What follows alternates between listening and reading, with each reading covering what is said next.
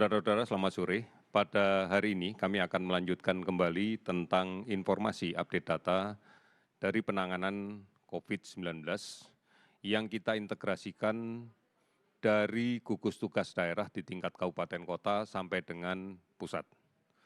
Data ini kita himpun dari pukul 12.00 waktu Indonesia bagian Barat kemarin sampai dengan hari ini. Data-data ini kita himpun melalui sistem All New Record, kemudian juga kita himpun dari Google Form, dan juga melalui beberapa kali kita berkomunikasi dengan seluruh laboratorium yang melaksanakan pemeriksaan, agar kita bisa melakukan rekonsiliasi data. Dan kemudian kita lakukan cross-check ulang setiap data yang kita terima. Hari ini kita telah melakukan pemeriksaan spesimen sebanyak 19.757 spesimen. Sehingga total sampai hari ini yang sudah kita periksa adalah 559.872 spesimen. Baik kita periksa dengan real-time PCR maupun dengan TCM, tes cepat molekuler yang sudah kita distribusikan ke seluruh rumah sakit, kurang lebih 422 rumah sakit, yang memiliki mesin TCM. Saudara-saudara, dari hasil yang kita dapatkan ini, hari ini ada penambahan kasus konfirmasi COVID-19 positif sebanyak 1.031 orang, sehingga akumulasi total positif yang telah kita miliki sebanyak 41.431 orang. Kalau kita perhatikan distribusi kasus baru yang kita dapatkan, masih didominasi pada 5 provinsi yang terbanyak melaporkan kasus konfirmasi positifnya. Di antaranya yang satu adalah Jawa Timur. Hari ini melaporkan ada 225 kasus baru dan 56 kasus sembuh. Kemudian DKI Jakarta 127 kasus baru dan 116 sembuh. Jawa Tengah melaporkan 115 kasus dan 65 sembuh.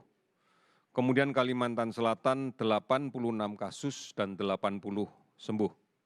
Sulawesi Selatan 84 kasus dengan 16 sembuh. Ada 17 provinsi yang hari ini melaporkan penambahan kasus di bawah 10 dan ada 4 provinsi yang hari ini tidak melaporkan ada penambahan kasus sama sekali. Beberapa provinsi yang melaporkan jumlah sembuh lebih banyak daripada kasus positif yang dilaporkan hari ini, diantaranya adalah Nusa Tenggara Barat, 21 kasus baru dan 31 sembuh. Kemudian Kepulauan Riau, 9 kasus baru, 12 sembuh. Kalimantan Timur, 5 kasus baru, 17 sembuh. Sumatera Barat, 4 kasus baru dan 6 sembuh. Kemudian Sulawesi Barat, 1 kasus baru, 5 sembuh. Kalimantan Utara, tidak ada laporan kasus baru tapi 8 sembuh. Sulawesi Tengah, tidak ada kasus baru dan 4 sembuh. Komunikasi yang kami lakukan dengan Dinas Kesehatan terkait dengan masih tingginya kasus ini diperoleh dari tracing atau penelusuran kontak dekat dari kasus positif yang dirawat di rumah sakit, dilakukan secara lebih agresif dan kemudian dilakukan pemeriksaan dengan menggunakan PCR atau TCM. Ini menunjukkan bahwa pemeriksaan atau testing secara lebih banyak, secara masif telah kita mulai dan kita laksanakan dalam beberapa minggu terakhir ini, berbasis pada hasil tracing yang agresif. Ini menjadi penting karena dengan kemudian kita bisa mengidentifikasi kasus positif, maka kita bisa menentukan langkah lebih lanjut.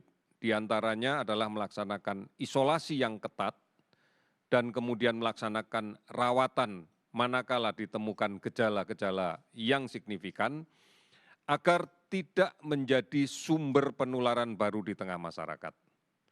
Oleh karena itu kami meyakini betul bahwa tracing yang kita lakukan secara agresif belum bisa menjangkau 100% kontak erat.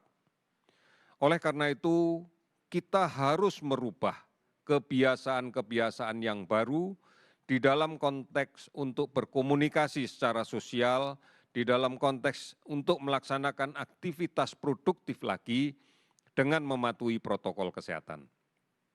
Kita harus betul-betul disiplin untuk menjaga jarak secara fisik dengan orang lain, kemudian menggunakan masker, dan kemudian rajin mencuci tangan.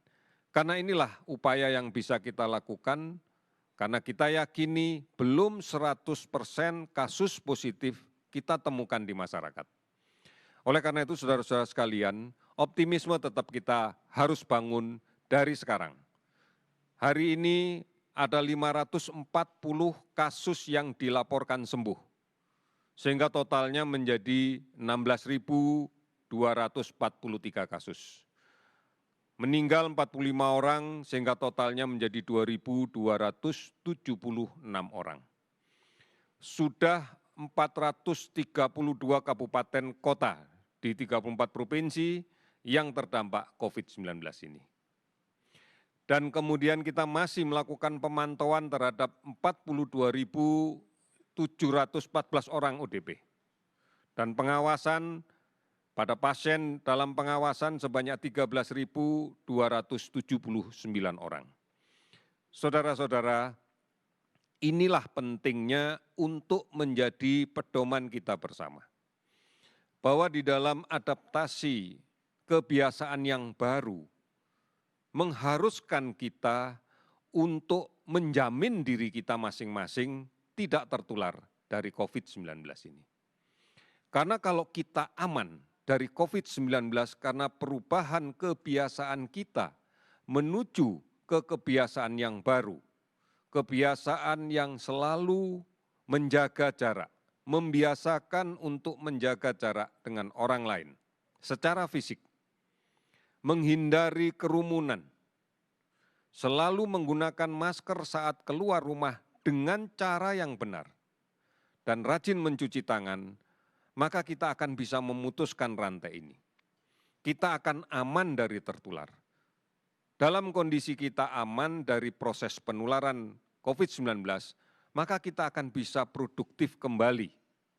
Kita akan bisa bekerja kembali. Ini bukan hanya dilakukan oleh bangsa kita. Seluruh dunia menyikapi hal yang sama terhadap upaya untuk menanggulangi pandemi COVID-19. Oleh karena itu, berkali-kali kami tidak akan pernah bosan untuk sekali lagi mari kita segera beradaptasi dengan kebiasaan-kebiasaan yang baru. Dengan kebiasaan-kebiasaan yang bisa menjamin bahwa kita aman dari kemungkinan tertular COVID-19. Dari kemungkinan kita seandainya menjadi sakit menularkan ke orang lain. Karena dengan cara seperti inilah maka kita akan bisa produktif.